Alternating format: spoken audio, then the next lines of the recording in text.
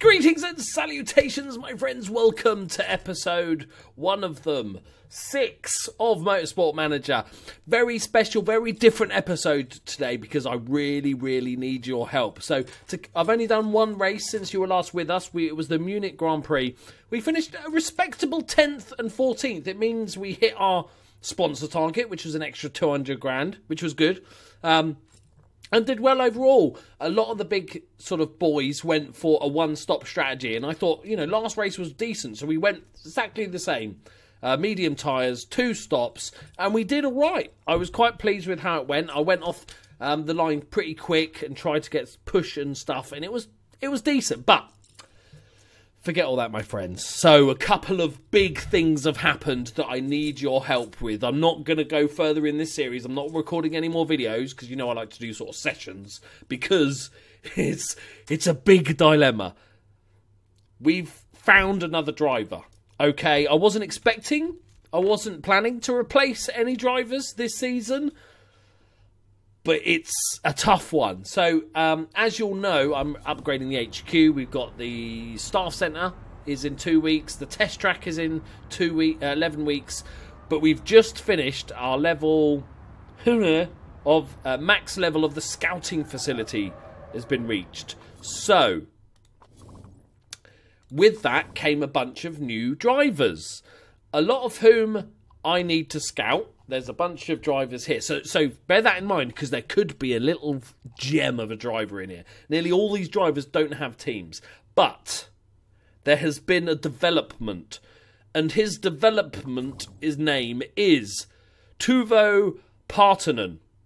He sounds Finnish. If he's Finnish, I'm just going to sign him because they're really good. He's Finnish. That's Finnish, isn't it? Oh my God. We've got to sign him, surely. Here he is, my friends. Look and wonder at what a good driver this is. So, a few things to point out. He's reached his max potential.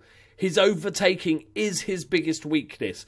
But everything else, he's amazing at. Okay? And he has 100% marketability. And he's a paid driver that earns me 982,000 a race, right? Bearing in mind, we're paying him 600,000. So we're making 300 grand profit if we sign this guy. Obviously, there's a sign-on fee. I think it's about 6. We can look at that in a minute, can't we? Can we not just look at the offer?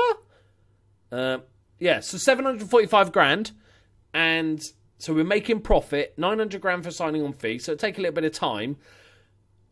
He just looks really good. So there's a few things that we need to think of. Firstly, who the fuck do we replace? So we have Ana Regal, been with us a while. Again, 100% marketability. We really want it as high as possible so we can attract those 5-star sponsors. But she has issues. Focus, adaptability, and overtaking. Massive issues that she's had for a long time. She's on 421 grand. She's got a few bits here, but nothing really important. She also has 7 months left on her contract. So compare that to See, this is the killer for me. This is why I feel like it could be the end for Regal. So, if we look at Edda, probably a better all-rounded driver, but pretty much the same overall skill-wise. See, I'm so stuck. I'm so stuck because she only has 53% marketability. Now, if we replace the new guy, the Finnish guy, with her, we'd have 5-star sponsors. Lots of money, good. Money is good because we don't have much of it. But she is also a paid driver, and she's earning us 811 grand a race. We're paying her 500, so she's earning us 300 grand a race. So, replacing it with another similar situation, another paid driver that's earning us a little bit of money, is fine. But then if we replaced Ana Regal, we'd have 2 paid drivers that are earning us 600-ish grand a race. Oh, I think, that marketability, though. And also, this is a sort of small thing, but that she's got a pet dog, which means a mechanic relationship can never go above 80. And at the moment, she's got plus 10 marketability. She's actually on 43%. I don't know what to, and this is, I'm not gonna sign anyone. This, I want to know what you guys think in the comments. I really do, because basically, let's say both drivers are roughly the same, okay? Skill wise, they have, like, you know, overtaking 20 for Eda, you know, but lesser things on other stuff. Overall, let's, argument's sake, same driver, we're making 300 grand profit every time we have a race with Eda. We are making 400 grand loss with every time Ana Regal drives. So that's £700,000 a race. Okay? Difference. I'm confusing myself now. But the 5-star, we would have 5-star marketability if we got those guys in. So we're at the 4-star at the moment. She is the only thing holding us back from getting 5-star, and it is good, from what I've heard, 5-star stuff.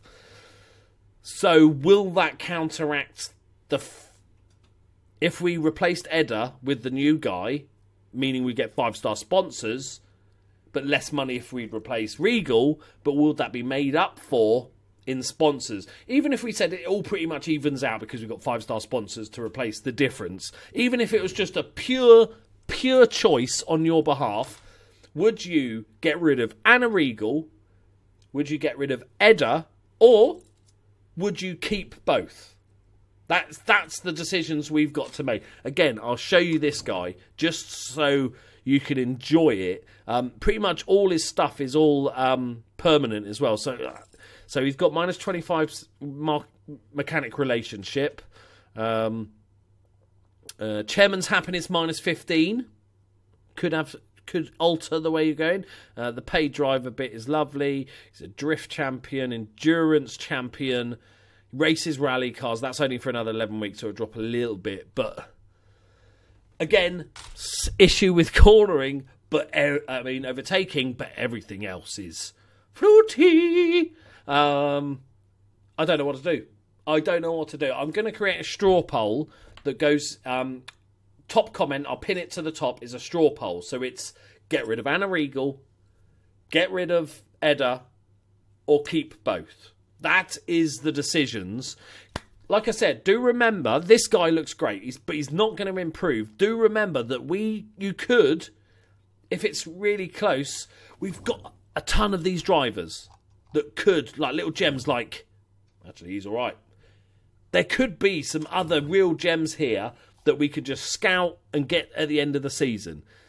I'd love to know your thoughts, because I'm totally confused. I was fully planning to just keep the two to the end of the season, which we could still do if we decide, you know, we might be able to get that finished guy at the end of the season, or he might be snapped up. But there's a bunch of other drivers. If we look on the scouting, most of them haven't got a job. Look, there's only a few with a job here. They could be all massive turds, but let me know. Oh my God, there's a British driver called Freya. Oh, I would have just signed you just because it's named after my dog, but that's fine. Let me know what you think, guys. I'll end it there because, like I said, I don't want to go on without what you think, without your opinion. So vote in the straw poll, but also just in the comments, just leave why you think the way you do. That would be great. I'll be very grateful. Thank you very much for watching, guys. I'll see you in the next one. I have no clue. I've got no clue. I don't know. I don't know. I don't want to... I have a tiny bit of an opinion, like tiny sway, like a 51-49 for one of the drivers, but I don't want to say it because I don't want to influence anybody. You just pick what you want. Right, definitely goodbye now. See you next time. Bye-bye.